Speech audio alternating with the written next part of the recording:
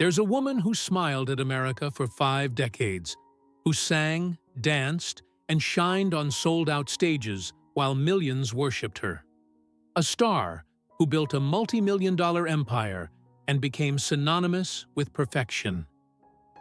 But behind that rehearsed smile was a truth the cameras never captured. At 3 years old, she was already under the spotlight. At 13, she was already a star. At 20, she had already lost something success could never return. And in the decades that followed, while the world celebrated her, she fought battles that nearly destroyed her. What happens when perfection becomes a prison? When your body turns into a battlefield? When motherhood brings a darkness so deep that even thinking about staying alive seems impossible? When you lose someone in a way that offers no comfort? And when 8 attempts to find love end in failure? Marie Osmond isn't just the girl with the radiant smile. She's the woman who survived what few could endure, who carries scars that fame couldn't heal, and who, at 65, is still standing. Not because she's perfect, but because she refuses to give up. How did a child who never had a childhood become the woman the world loved? What price did she pay for decades of applause? And what did she discover when everything fell apart? Before revealing this brutal journey, we need to go back to the beginning. To understand how Marie Osmond became who she is, we need to understand who she was never allowed to be. Marie Osmond's first stage was not chosen. It was assigned. At 3 years old, long before most children can articulate their own dreams, she was already performing in front of audiences, her tiny voice harmonizing with her brothers in matching outfits, her smile rehearsed to perfection. Born Olive Marie Osmond on October 13, 1959, in Ogden, Utah, she entered a family where music was not a hobby, but a mission, and performance was not optional, but expected. The Osmonds were already on their way to becoming America's royal family of entertainment. Her older brothers, Alan, Wayne, Merrill, Jay, and Donnie, had been performing since the early 1960s. Groomed by their father, George Osmond, a man who ran the family like a corporation, discipline was absolute.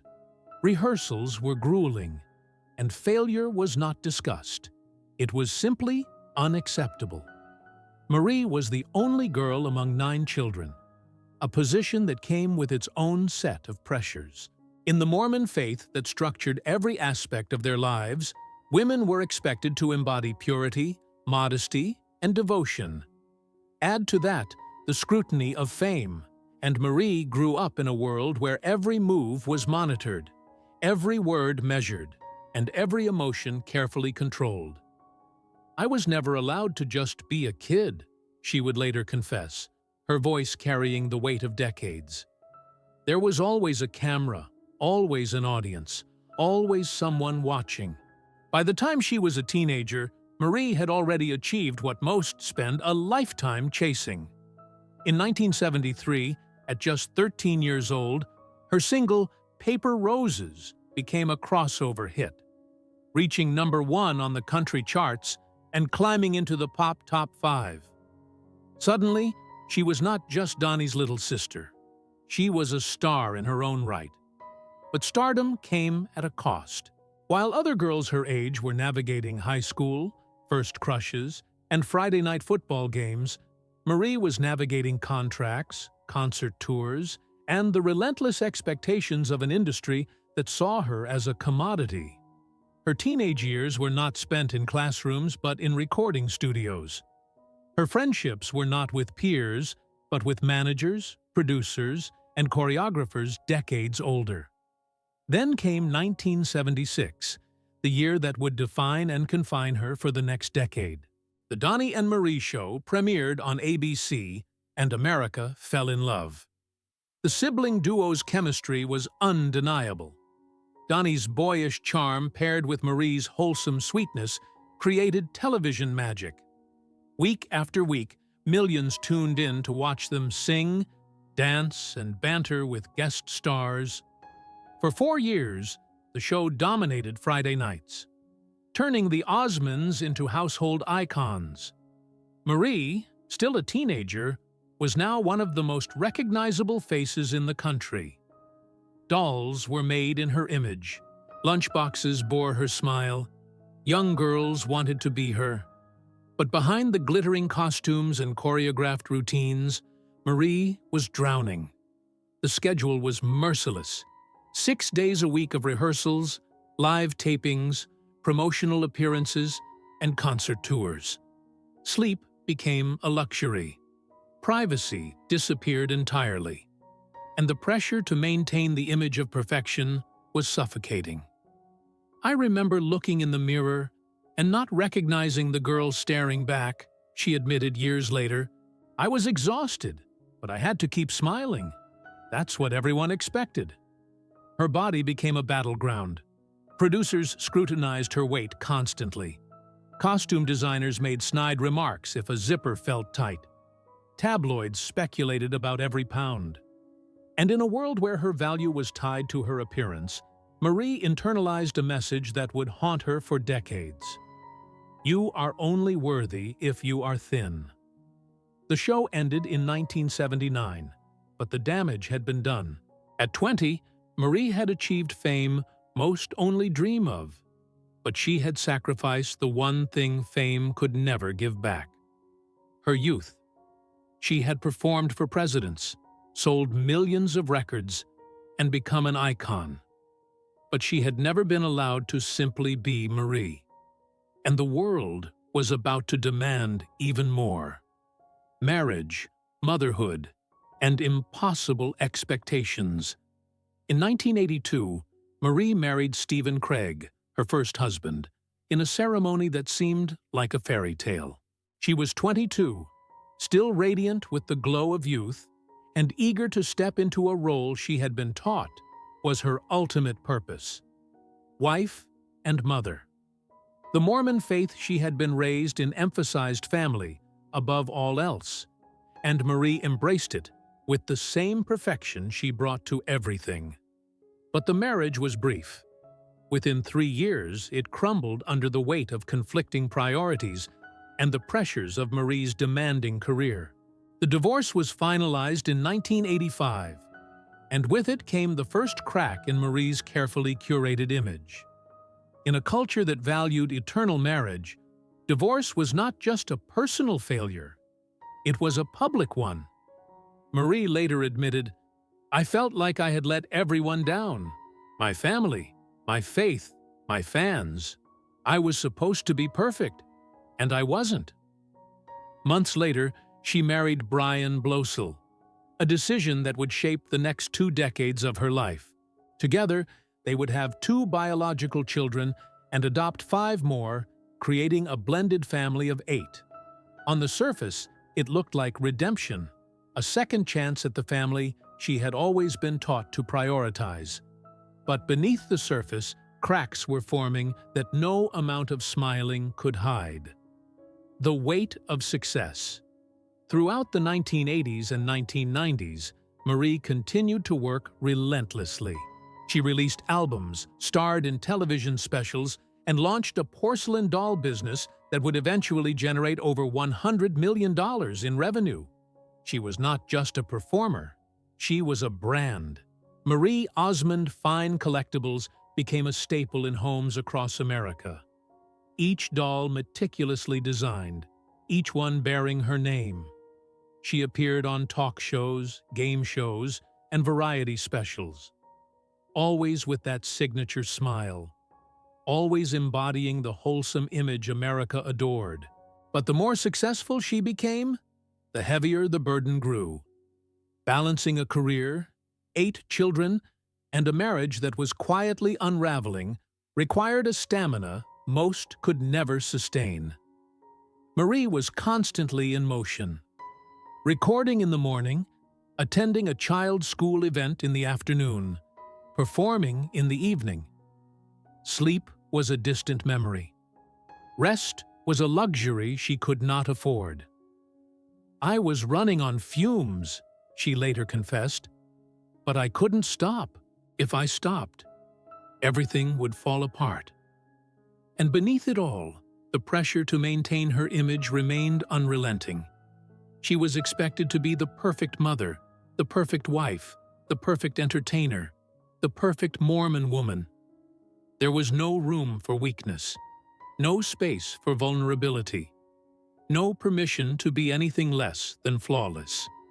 What the public did not know, what Marie herself barely understood, was that the cracks were deepening. The weight she carried was not just physical, but emotional, psychological, and spiritual. And soon, those cracks would widen into chasms that would nearly destroy her. But before the breaking point came, the performances, the smiles, the applause, the illusion that everything was fine. Marie Osmond had learned early that survival in the spotlight meant hiding the truth. And for decades, she was a master at it, until the day she couldn't hide anymore. The darkness. After birth. In 1999, when Marie gave birth to her seventh child, Matthew, the world expected what it always expected from her: radiant joy, gratitude, and that ever-present smile. After all, this was Marie Osmond, the woman who had built her image on wholesome family values and effortless grace. Motherhood was supposed to be her greatest role. But when Matthew arrived, something inside Marie shattered. Within days of bringing him home, she began to feel herself slipping into a darkness she could not name. The exhaustion was more than physical. It was existential. She would stare at her newborn son and feel nothing. Not love, not connection, not even recognition. Just a vast, terrifying emptiness. "I couldn't bond with him," she later revealed, her voice trembling with the memory. "I looked at this beautiful baby, and I felt nothing. And the guilt of feeling nothing was unbearable." It was postpartum depression, a condition that affects millions of women but remains shrouded in shame, especially in a culture that demands mothers be endlessly grateful and nurturing. For Marie, raised in a faith that emphasized eternal motherhood as a woman's highest calling, this inability to feel joy felt like a moral failure. She tried to hide it. She plastered on the smile, posed for photos, gave interviews about the blessing of her new baby. But alone, she was unraveling. Simple tasks became monumental. Getting out of bed required every ounce of willpower she had left. Feeding Matthew felt like moving through concrete. The thoughts that came next terrified her most. She would stand at the top of the stairs and imagine letting go. Imagine the relief of simply not existing anymore. She never acted on those thoughts, but their presence haunted her. A constant whisper that she was broken beyond repair. "I thought about ending my life," she admitted years later, a confession that stunned fans who had only ever seen her strength. "I didn't want to die. I just wanted the pain to stop." It took months before she finally sought help. Therapy, medication, and the slow, painful work of naming what she was experiencing. Postpartum depression was not weakness. It was not failure. It was illness. But for Marie, accepting that truth meant dismantling decades of conditioning that told her perfection was the only option. Her recovery was not linear. There were setbacks, relapses, days when the darkness returned with a vengeance. But slowly, with support, she began to climb out. She bonded with Matthew. She learned to forgive herself.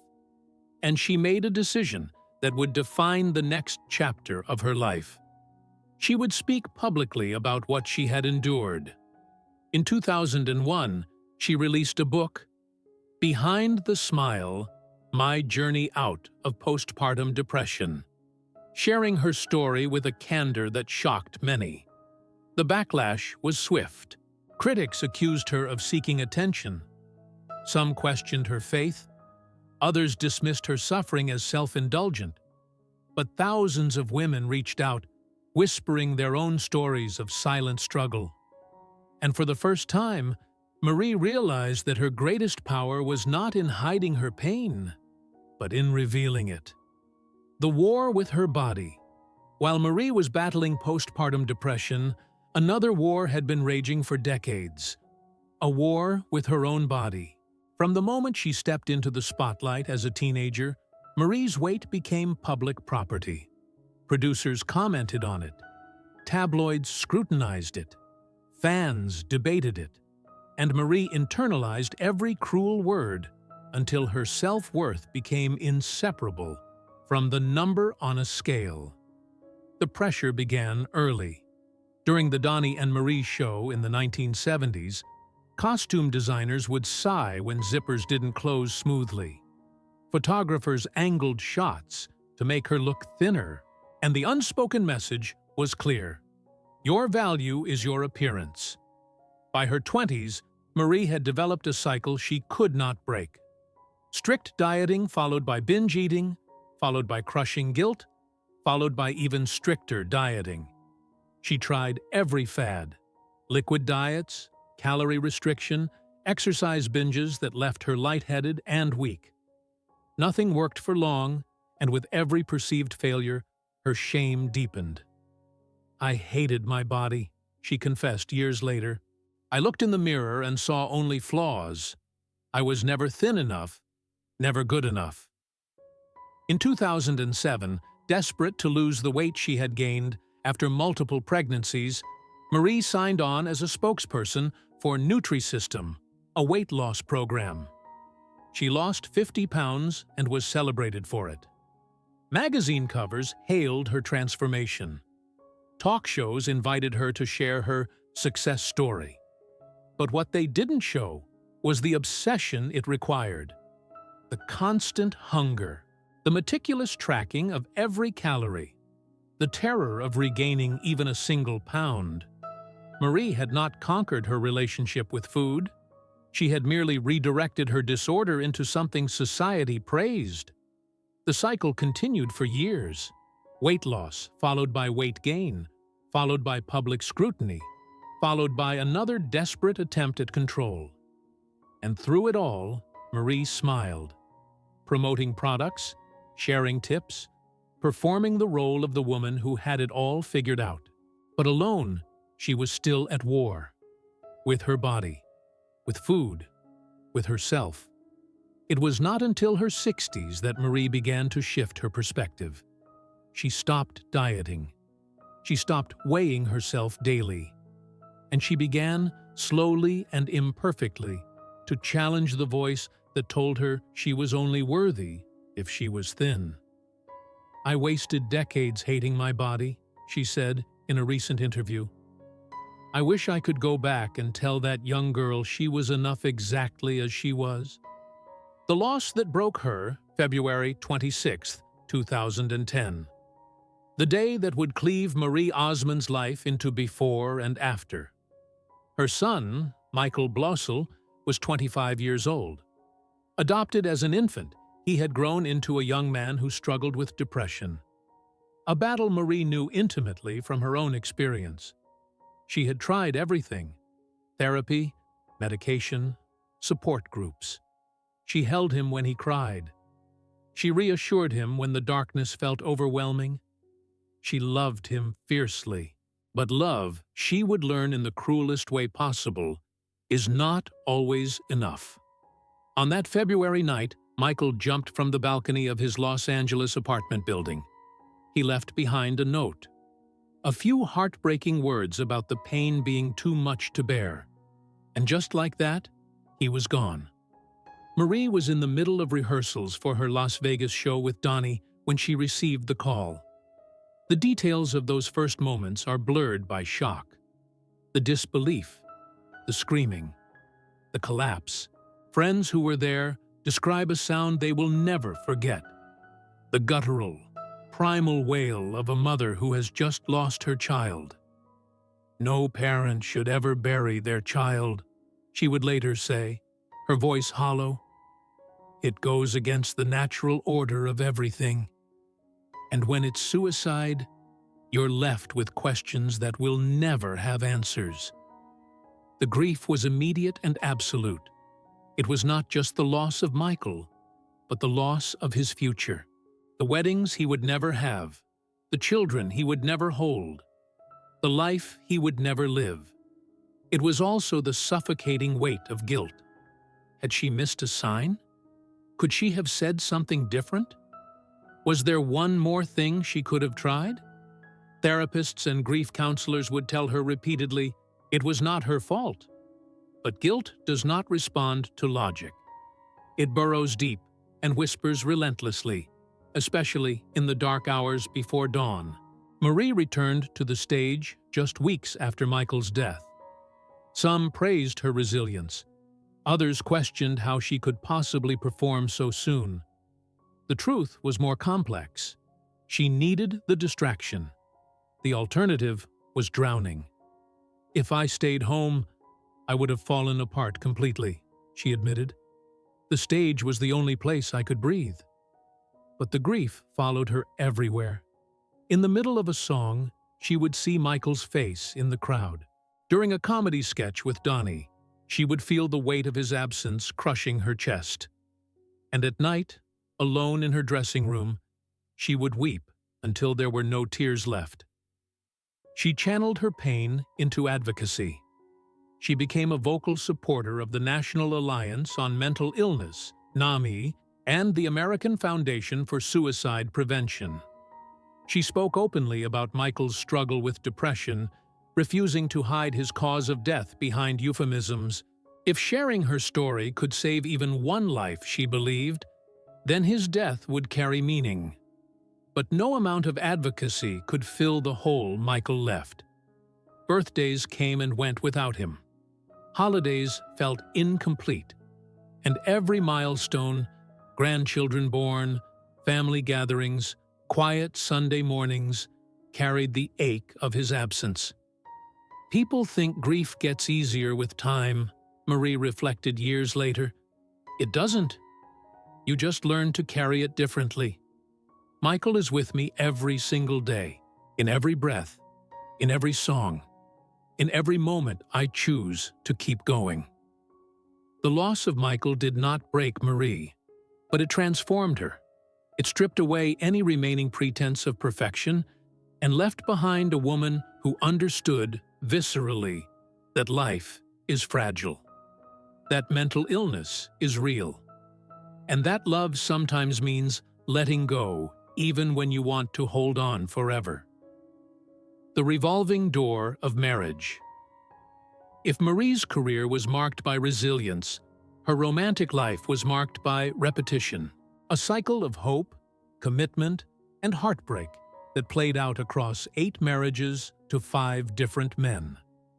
Her first marriage to Stephen Craig in 1982 ended in divorce after 3 years. Then came Brian Blosil in 1986. A marriage that lasted 21 years and produced 7 children, but was, by Marie's own admission, deeply troubled. They divorced in 2007, citing irreconcilable differences, though the reality was more painful. Years of growing apart, conflicting priorities, and wounds too deep to heal. After Brian came a whirlwind. She remarried Stephen Craig in 2011, the same man she had divorced nearly 3 decades earlier, in what seemed like a romantic second chance. But that reunion lasted only until 2020, ending once again in divorce. Each marriage brought hope. Each divorce brought humiliation. In a faith community that prized eternal marriage, Marie's inability to sustain a partnership felt like repeated public failure. Tabloids speculated. Critics questioned her judgment. And Marie herself struggled with a question that haunted her. Why couldn't she make love last? I kept thinking, Maybe this time will be different, she said. But I was repeating the same patterns over and over. Therapists would later help her understand what she had been chasing. Not necessarily love, but validation. In a childhood where affection was conditional on performance, Marie had internalized the belief that she needed to earn love by being perfect. When marriages failed, it felt like confirmation of what she feared most. She was not enough. The divorces also came with financial consequences. Settlements, legal fees, and the division of assets drained resources.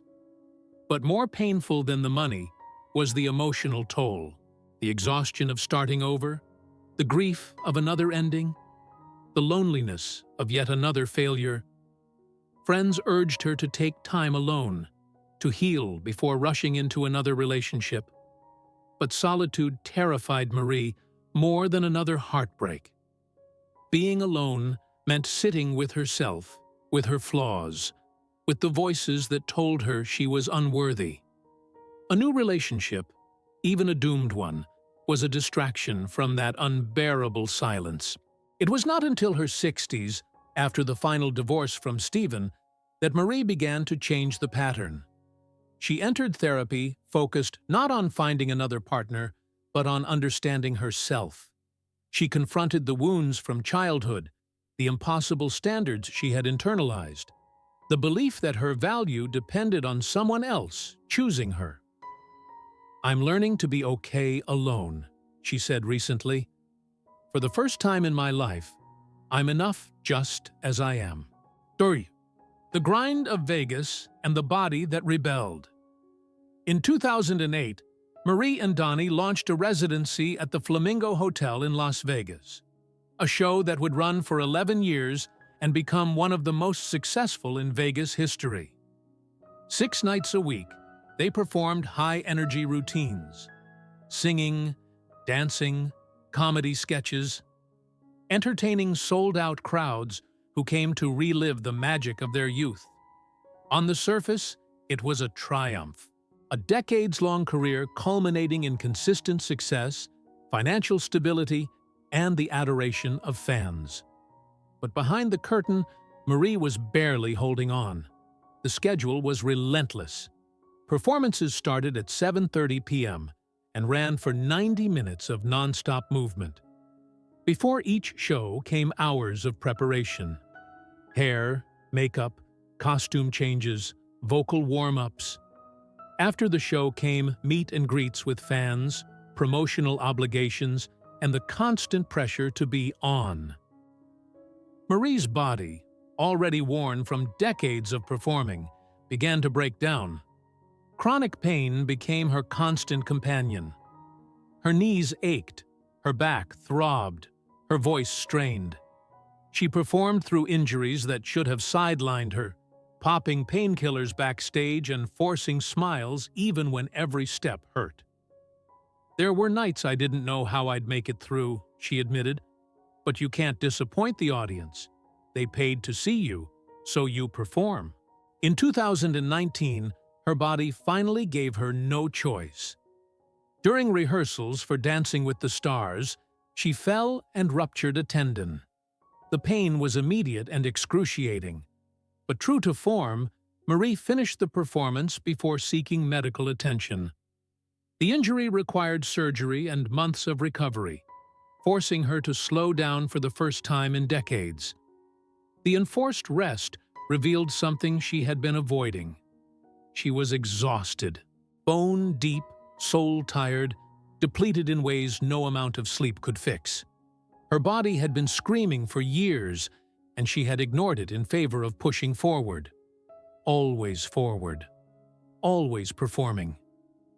"I had to learn that rest is not weakness," she reflected. "My whole life, I equated stillness with failure. But my body was teaching me that survival sometimes means stopping." The turning point.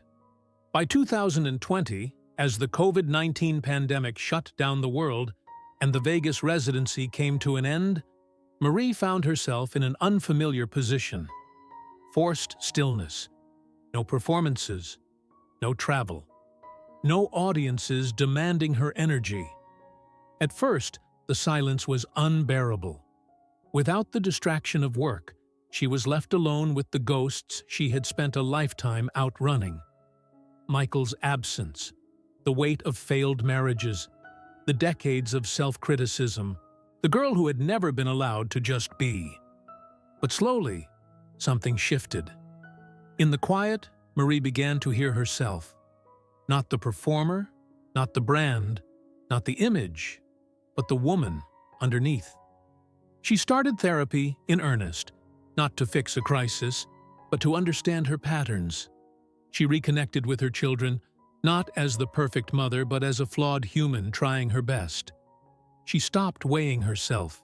She stopped chasing perfection. "The pandemic forced me to face everything I'd been running from," she said. "And for the first time I realized, I'm still here. After everything, I'm still here." The battles were not over. Grief still ambushed her on random Tuesdays. Her body still carried pain. The scars of her past did not vanish. But Marie was learning something she had never been taught as a child. Survival does not require perfection. It only requires showing up again and again, even when it hurts. And for a woman who had spent her entire life performing for others, learning to show up for herself was the most radical act of all. Marie. Today, still standing. In 2025, at 65 years old, Marie Osmond is not the polished, perfect image America fell in love with decades ago. Her hair is streaked with gray she no longer feels compelled to hide. Her face carries lines earned through tears, laughter, and survival. Her body moves more slowly now, careful with joints that ache from years of relentless performance. But she is still here, and that, perhaps, is her greatest triumph. Marie no longer performs 6 nights a week in Vegas. The residency ended, and with it, the grueling schedule that nearly destroyed her. She still makes occasional appearances, a guest spot on a talk show, a charity performance, a reunion special with Donnie. But these are choices now, not obligations. For the first time in over 60 years, Marie controls her own time. She lives more quietly these days, splitting her time between Utah and occasional travel to visit her children and grandchildren. The empire she built, the doll collections, the product lines, the licensing deals, still generates income, but wealth no longer defines her. She speaks often about how the things she once chased, perfection, approval, thinness, love, were always illusions. "I spent decades trying to be enough for everyone else," she reflected in a recent interview. "Now I'm learning to be enough for myself." Her health remains fragile. Chronic pain from decades of performing lingers in her knees and back. Her voice, once effortless, requires careful maintenance. But she has made peace with her body's limitations in a way that once seemed impossible. She moves with intention now, not punishment. She eats to nourish, not to earn worthiness. And perhaps most remarkably, she has learned to rest without guilt. Something the girl who performed at 3 years old was never taught. A legacy of advocacy. If Marie's career was defined by entertainment, her legacy is being defined by something deeper. Advocacy for those who suffer in silence. Since going public with her postpartum depression in 2001, Marie has become one of the most vocal advocates for maternal mental health. She has testified before Congress, lobbied for better screening and treatment, and shared her story in countless interviews, always with the same message. Asking for help is not weakness. Her work with the National Alliance on Mental Illness, NAMI, and the American Foundation for Suicide Prevention has reached millions. She speaks at conferences, funds research, and personally responds to messages from struggling mothers who reach out in desperation, seeing in Marie's story a lifeline they desperately need. If one mother reads my story and realizes she's not alone, if one woman gets help because I spoke up, then everything I went through has meaning, Marie says, her voice steady with conviction. After Michael's death in 2010, Marie expanded her advocacy to suicide prevention, particularly among young people. She has partnered with organizations to fund crisis hotlines, mental health resources for teens, and education programs that teach families to recognize warning signs of depression. She does not shy away from the details. She speaks Michael's name often, refusing to let stigma erase him. She shares the note he left, the guilt she carried, the questions that still haunt her. And in that radical honesty, she gives permission for others to share their own losses without shame. Michael's death will never make sense to me, she admits, but if his story saves even one life, then he continues to matter. He continues to make a difference. Beyond mental health, Marie has become an unexpected voice for self-acceptance in an industry obsessed with youth and perfection. She speaks openly about her decades-long battle with eating disorders, the damage caused by constant scrutiny, and her journey toward body neutrality. "I wasted so much time hating myself," she tells audiences. "I don't want another generation of women to make the same mistake." Her advocacy is not polished or corporate. It is raw, messy, and deeply personal. And that is precisely what makes it powerful. Marie does not offer easy answers or quick fixes. She offers something more valuable: proof that survival is possible, even when it feels impossible. Family. The center that holds Marie's 8 children, now 7, with Michael's absence forever present, are scattered across the country, building their own lives. She is grandmother to multiple grandchildren, a role she cherishes with an intensity that comes from understanding how fragile life truly is. Her relationship with her surviving children has evolved. She is no longer the mother who must project perfection. She apologizes when she gets things wrong. She admits when she does not have answers. She allows them to see her vulnerability, something she once believed would diminish her in their eyes. "My kids have seen me at my worst," she says, "and they love me anyway. That's taught me more about grace than anything else." She speaks often with them about Michael, keeping his memory alive through stories, photos, and honest conversations about mental health. She wants her grandchildren to know their uncle not as a tragedy, but as a person. Funny, creative, deeply loved. Some of her children have struggled with their own mental health challenges, and Marie approaches these moments with hard-won wisdom. She listens without trying to fix. She supports without smothering. She loves without condition. "I can't protect them from pain," she acknowledges, "but I can show them that pain doesn't have to be the end of the story." The wisdom of scars. Marie Osmond did not emerge from her battles unscathed. She carries scars, visible and invisible, that will never fully fade. But she has learned something profound. Scars are not symbols of failure. They are proof of survival. "I used to think strength meant never breaking," she reflects. "Now I know strength is breaking and choosing to keep going anyway." She no longer believes in perfection. She no longer chases approval. She no longer measures her worth by what others think. And in letting go of those impossible standards, she has found something she never had in all her years of fame: peace. Not constant peace, not perfect peace, but moments of it, scattered like light through the cracks of a life lived fully and imperfectly.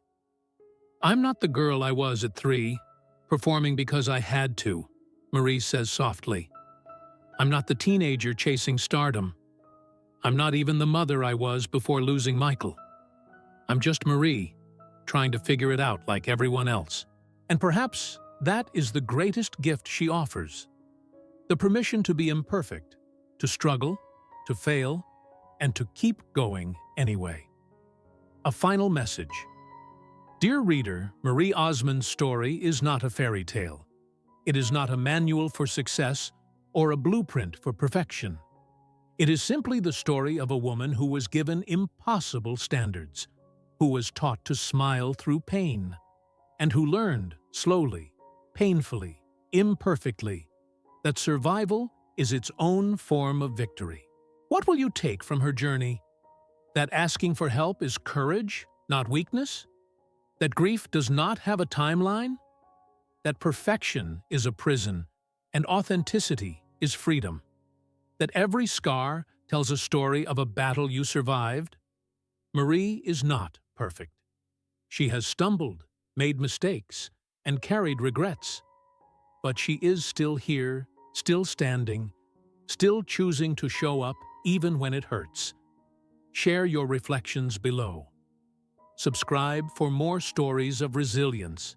And remember, if you are struggling, you are not alone.